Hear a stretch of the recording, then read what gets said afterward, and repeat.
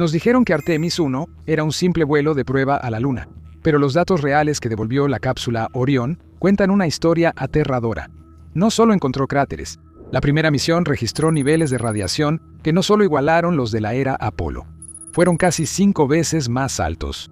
Descubrió un escudo térmico defectuoso, mientras los orbitadores de la NASA cartografiaban una zona de aterrizaje en el Polo Sur que ya está en la mira de China. La Luna ya no es una frontera vacía, es un polvorín geopolítico, e incluso los propios informes de la NASA sugieren que podríamos no sobrevivir al aterrizaje. La NASA estaba transmitiendo video lunar de regreso a la Tierra usando su red estándar de comunicaciones del espacio profundo. Pero dentro de Orión se estaba desarrollando una historia completamente diferente. Una que la transmisión no mostró. A los ojos modernos, esas imágenes demostraron que la próxima era de vuelos espaciales podría ser más rápida, más clara y aparentemente más segura que las misiones de los años 60 y 70. Pero detrás de todo el espectáculo, los sensores a bordo de Orión estaban rastreando algo mucho más antiguo, mucho más peligroso que cualquier falla técnica: radiación. Fuera del escudo magnético de la Tierra no hay margen para errores. Las agencias espaciales y sus científicos saben que equivocarse con la radiación puede ser catastrófico. Cada estallido del Sol, cada rayo cósmico del espacio profundo, atraviesa la carne y los huesos humanos. Incluso si los astronautas logran sobrevivir a las explosiones, las máquinas que los mantienen con vida podrían empezar a fallar, especialmente cuando las naves espaciales modernas dependen tanto de la tecnología informática.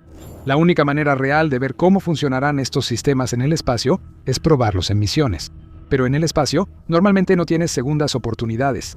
Viajar a través de los cinturones de Van Allen significa enfrentarse a nubes de electrones y protones atrapados cerca de la Tierra. Pero más allá de eso, a través de la magnetosfera de la Tierra, el riesgo son las tormentas solares. Partículas de mayor energía entran en juego. Rayos cósmicos potencialmente letales que se mueven a la velocidad de la luz y pueden destrozar el ADN humano. Hollywood muestra naves espaciales deslizándose sin esfuerzo por el espacio, no el terror absoluto de ser atacados por una lluvia invisible de partículas que puede inutilizar tanto la misión como a las personas dentro. Y si queremos explorar el espacio aún más a fondo, con misiones más largas a la Luna o viajes a Marte, eso significará lanzar a los astronautas a un mundo de caos cósmico. La buena noticia es que se han aprendido lecciones. Una de las más importantes vino de los sensores de radiación del Artemis 1. Los científicos descubrieron que girar la nave espacial 90 grados durante el paso por los cinturones de Van Allen reducía la exposición a la radiación aproximadamente a la mitad. Esa primera misión fue tripulada por maniquíes. Los miles de sensores en estos muñecos espaciales fantasma, completos con tejidos blandos y órganos internos, revelaron que la rotación era como girar un escudo para enfrentar una tormenta de partículas que se aproxima. Así que los sensores mostraron la dura realidad del espacio, pero también demostraron que hay formas de reducir el peligro siempre presente. Las imágenes parecían perfectas, pero ocultaban una realidad más oscura. Hasta 35 milisieverts de radiación en una misión rutinaria. Durante décadas, las realidades más mortales del espacio quedaron en segundo plano, pero ahora conocemos la verdad. Hay que hacerse la pregunta: ¿cómo sobrevivieron los astronautas en las misiones Apolo, especialmente en una época en la que los científicos sabían mucho menos sobre los viajes espaciales y el equipo era antiguo comparado con los estándares actuales? Mientras que el público se preocupaba por fallas en los sistemas o explosiones, la radiación siempre estuvo entre las principales preocupaciones de la NASA, y eso fue hace más de 50 años, cuando los científicos trabajaban con reglas de cálculo y computadoras primitivas. Parte de la razón por la que los astronautas regresaron con buena salud fue simplemente buena suerte. Las misiones lunares Apolo volaron durante lo que los científicos han llamado una fase comparativamente tranquila del ciclo solar. Su tiempo de tránsito también fue corto y eso limitó la exposición a la radiación. Pero si una gran tormenta solar hubiera estallado mientras estaban fuera del escudo magnético de la Tierra, la historia podría haber sido muy diferente. El momento es importante. La NASA lo sabía entonces, pero ahora lo entiende mucho mejor. El Sol pasa por ciclos de actividad, pero con la tecnología moderna de pronóstico, podemos determinar cuándo podría ser más seguro salir de la órbita baja de la Tierra. El único problema es que los científicos solares y de clima espacial de la NASA admiten abiertamente que no saben cómo se generan las erupciones más fuertes y mortales, así que no pueden predecirlas. Los astronautas de la era Apolo lo hicieron ver fácil. Tan fácil que algunos de los que dudaban de los alunizajes en el futuro mirarían los datos de radiación y se negarían a creer que el hombre alguna vez fue a la Luna. Durante el Apolo 17, los dosímetros de los astronautas registraron una exposición a la radiación relativamente modesta, alrededor de 5,5 milisieverts durante 12 días y medio. Eso es manejable según los estándares de los vuelos espaciales. Una tomografía computarizada de tórax puede implicar varios milisieverts. La enfermedad aguda por radiación generalmente requiere dosis a corto plazo mucho más altas. Pero Artemisa 1 arrojó datos que muestran una dosis total de emisión mucho más alta, alrededor de 26 a 35 milisieverts, durante 25 días y medio. La misión fue casi el doble de larga, pero la dosis fue casi 5 veces mayor. Pero Apolo usó unos pocos dosímetros. Artemisa usó un laboratorio lleno de sensores, el mismo espacio, diferentes métodos de medición. Eso hizo la diferencia. El espacio no se volvió de repente más peligroso. La verdadera lección es más sencilla. Cuanto más tiempo los humanos permanecen fuera del escudo magnético de la Tierra, más alta es la dosis. Pero eso es cuando todo va bien en misiones más cortas. Se estima que una misión de ida y vuelta a Marte expondría a los astronautas aproximadamente 1000 milisieverts, mucho más allá del límite seguro de por vida establecido por la NASA, y solo un evento de partículas solares SPE, como una llamarada solar masiva, podría entregar más de 1000 milisieverts en cuestión de horas. Aquí es donde entran en juego los mecanismos de seguridad modernos. Los datos del programa Artemisa muestran una imagen mucho más detallada que nunca antes.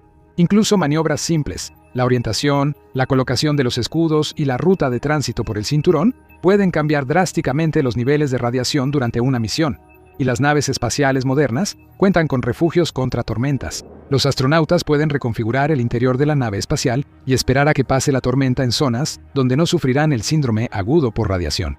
Está diseñada para mantener la dosis de radiación alrededor de 35 milisieverts en condiciones normales y por debajo de 150 milisieverts dentro del refugio durante un evento solar. Y si los astronautas llevan puestos sus chalecos AstroRad, eso puede ayudar a reducir la dosis. Les da tiempo a los astronautas, pero desafortunadamente no cambia las leyes de la física. El peligro siempre está ahí. Si eventualmente construimos bases en la Luna, necesitaremos mucho más que chalecos puestos. El Grupo de Análisis de Radiación Espacial de la NASA, o SRAG, ha discutido abiertamente planes de contingencia para futuras misiones lunares. Incluyeron idear nuevos tipos de refugios contra tormentas para cuando las tormentas de partículas comiencen a llover sobre la nave. Pero la pregunta es, ¿funcionarán? Es simplemente un hecho de los viajes espaciales que si algo sale mal, puede salir muy mal. No puedes escapar completamente de la violencia del clima espacial. Y como la NASA descubrió recientemente, nunca sabes cuándo algo que has probado en la Tierra funcionará en vuelo. Por ejemplo, el escudo térmico del Orión. Al entrar en la atmósfera terrestre a velocidades de hasta 25.000 millas por hora, el aire frente a la nave espacial se comprime violentamente. Esto crea fricción y calor que pueden alcanzar los 5.000 grados Fahrenheit. Sin protección, la nave espacial estaría expuesta a condiciones extremas que podrían provocar una falla catastrófica y la pérdida de la cabina. Es un componente fundamental para la supervivencia. Así que, después de la misión, Artemis 1, los auditores de la NASA revelaron que hubo problemas críticos. Críticos en el sentido de que podrían ser mortales si no se solucionaban para futuras misiones. El público permaneció completamente ajeno a que la NASA se había topado con un problema muy serio. El escudo actual de la Orión utiliza Avquat, un material sacrificial diseñado para quemarse de manera controlada. Cada vuelo significa otro ciclo de mantenimiento. Una sola falla pasada por alto puede convertirse en un fallo mortal. Eso es lo que advirtió la NASA en su informe de la OIG, IG 24011. Los ingenieros descubrieron que, después de que Orión reingresó a la atmósfera terrestre en la misión Artemisa 1, los materiales del escudo térmico se habían desprendido en al menos 100 lugares. Cumplió su función, pero el Avquat no se comportó como la NASA había previsto. Partes de la capa carbonizada se agrietaron y se desprendieron en fragmentos, dejando un rastro de escombros. El informe decía que esto podría, cito, representar riesgos significativos para la seguridad de la tripulación. Y peor aún, los escombros podrían dañar potencialmente el paracaídas necesario para el aterrizaje. La NASA utilizó una técnica de reingreso nunca antes probada llamada reentrada en salto. En lugar de descender directamente a través de la atmósfera, la nave rebotó en ella usando una elevación aerodinámica para volver a salir. Descendió una segunda vez, pero a una velocidad más lenta, donde pudo apuntar con precisión a la zona de aterrizaje en el Pacífico. En teoría, debería ser un aterrizaje mucho más preciso, requiriendo menos recursos para sacar a la tripulación del agua. Y como hay 2 eventos en lugar de uno, reduce la aceleración. Así que el aterrizaje más lento no solo es más preciso, también es más seguro. El único problema fue que no salió exactamente como se planeó. El Avquat no pudo soportar el rebote extra. El escudo térmico se calentó, se enfrió y luego se volvió a calentar. La presión interna aumentó, lo que resultó en grietas. La agencia dijo que los datos de temperatura de la cabina estaban bien dentro de los límites, alrededor de los 70 grados Fahrenheit, pero ¿estaba la NASA ocultando una verdad espantosa? Si la NASA estaba minimizando esto, existía la posibilidad de que hubiéramos tenido otro desastre como el del Challenger. Una revisión independiente estuvo de acuerdo con los hallazgos de la NASA. Fue un gran alivio, pero no borró la verdad. Uno de los sistemas de seguridad más críticos de Orión se comportó de una manera inesperada. Este es exactamente el tipo de sorpresa de ingeniería que la NASA más teme. La reentrada no perdona. Una vez que la cápsula entra en la atmósfera a la velocidad de regreso lunar, no hay una opción segura de aborto, no hay una segunda oportunidad. Así que esta vez el peligro no fue la amenaza de radiación galáctica, fue un error humano común.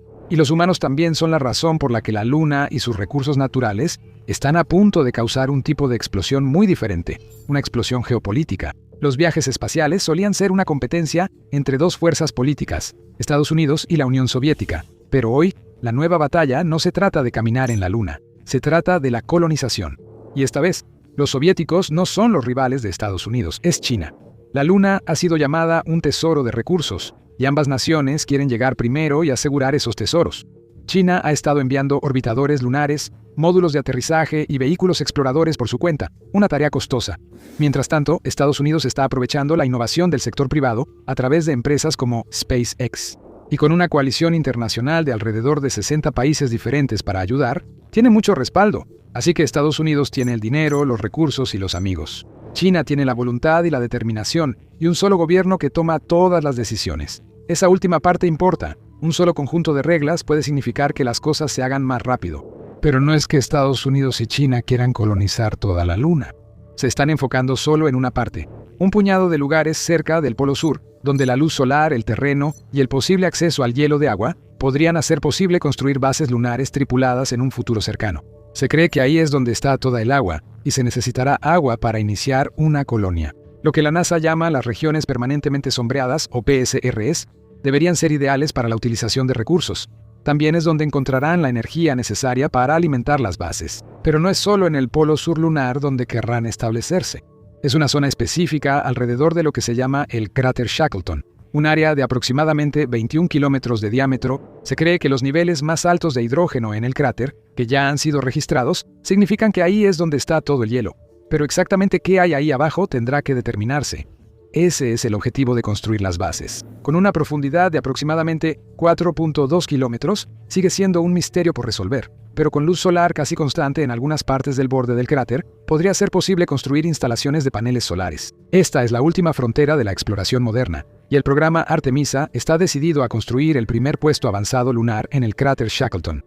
Pero el proyecto Chang'e 7 de China también ha elegido el cráter como sitio para un puesto avanzado.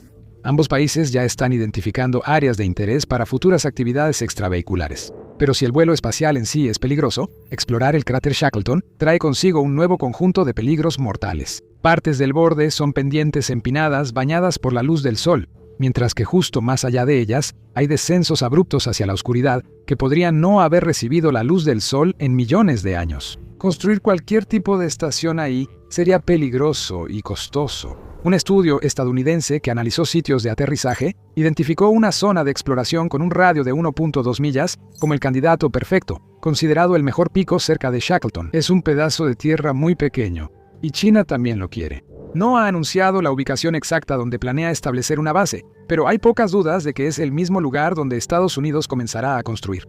Entonces, cuando las cosas comiencen, ¿podrán Estados Unidos y China coexistir pacíficamente? Los expertos ya están diciendo que el lado que logre establecer su base y ponerla en funcionamiento, primero determinará el orden del próximo siglo en el espacio.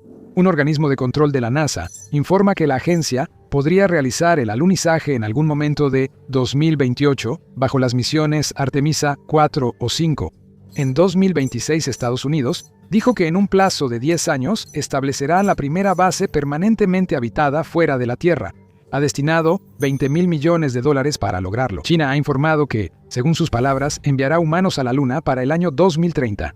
Las sanciones no han frenado a China en absoluto. Chang'e 4 aterrizó en el lado oculto de la Luna en 2019, siendo la primera misión en la historia en llegar a ese lado. En 2024, se convirtió en el primer país en la historia en traer muestras de regreso desde el lado oculto.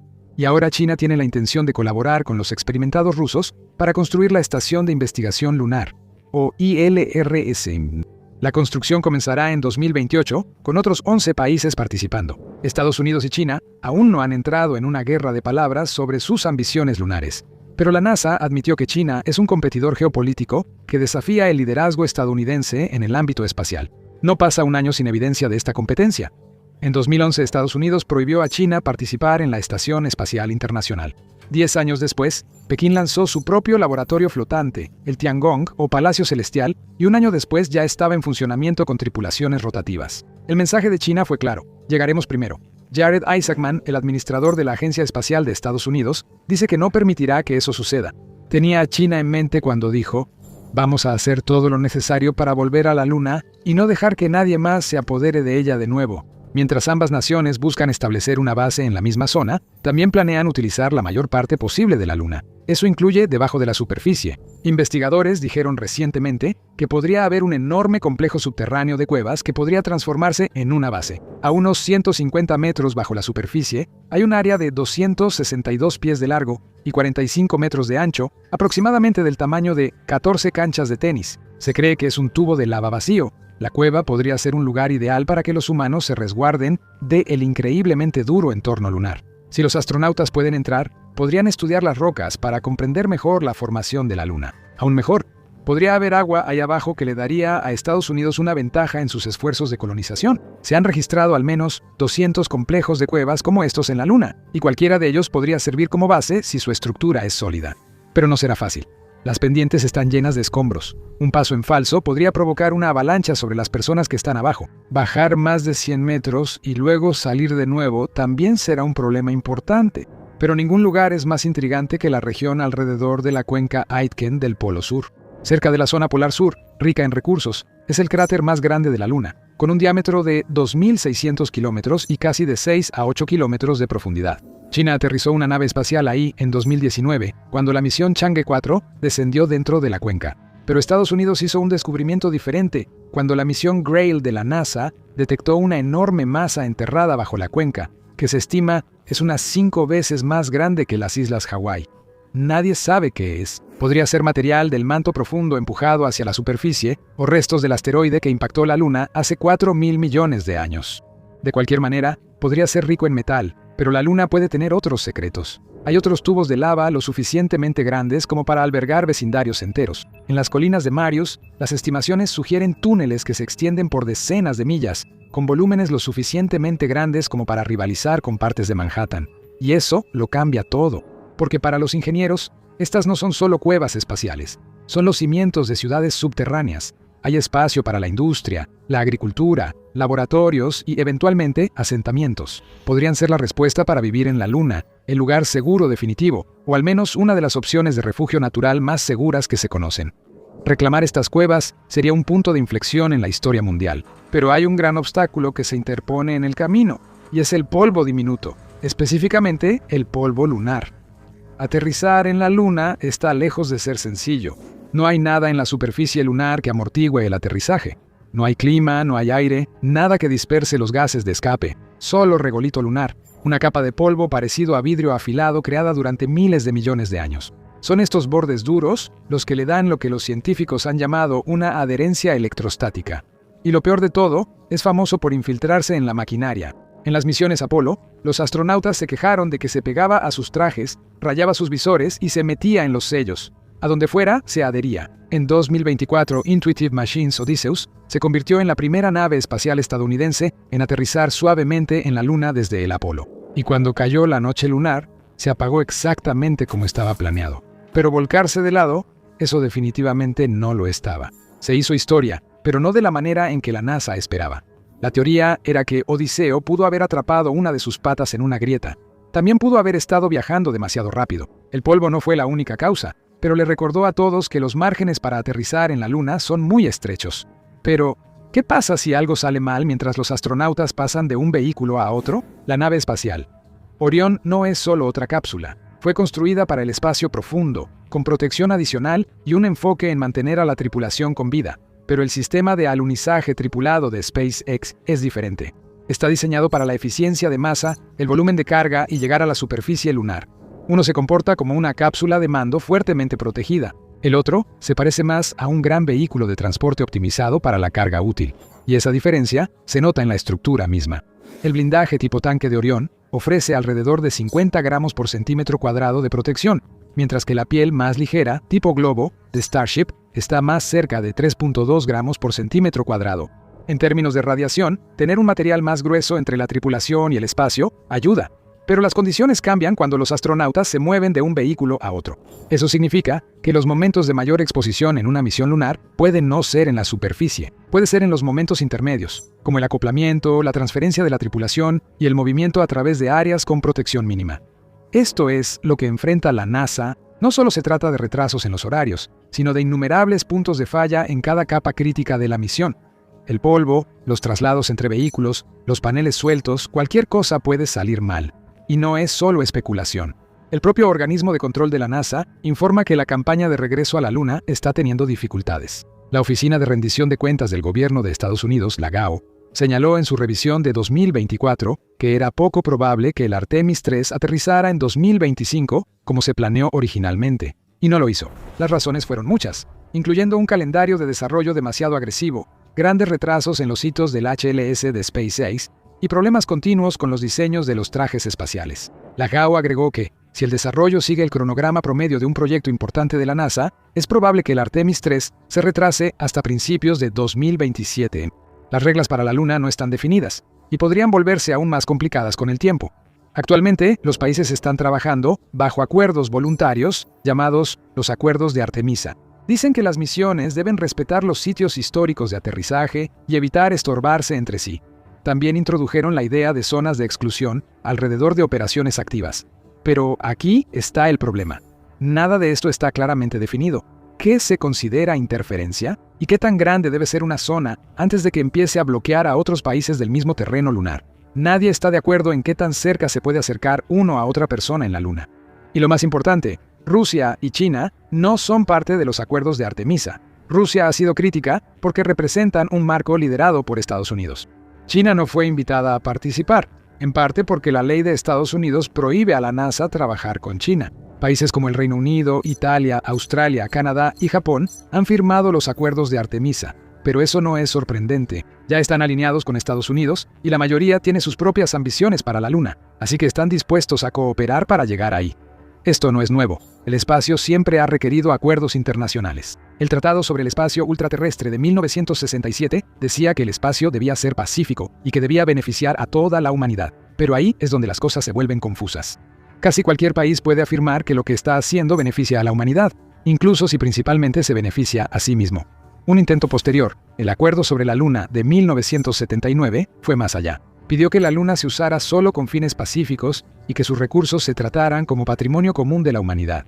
Pero realmente nunca llegó a consolidarse. Estados Unidos, China y Rusia no lo firmaron. Entonces, ¿dónde nos deja eso? Bueno, si Estados Unidos pudiera arreglar todos los defectos en su programa y llegar primero a la Luna, podría tomar la delantera y empezar a establecer las reglas. Sería natural, ya que Estados Unidos podría decir que ha logrado la supremacía tecnológica para beneficiar a todos. Pero Estados Unidos se está apresurando. Cada error en una misión nos da más tiempo para que los rivales desarrollen su propia arquitectura legal y publiquen reglas competidoras. Ellos tendrían la ventaja. El hecho es este. Las palabras usadas en esos acuerdos pasados sobre beneficiar a toda la humanidad actualmente no son realistas. La geopolítica no funciona así. Las partes más útiles de la Luna no se gobernarán sobre el papel. Se gobernarán en la superficie. Quien llegue primero, permanezca más tiempo y establezca presencia, será quien establezca las reglas que otros aceptarán después. Por eso, un conflicto espacial geopolítico podría ser inevitable, pero primero, alguien tiene que construir una base, y no será fácil.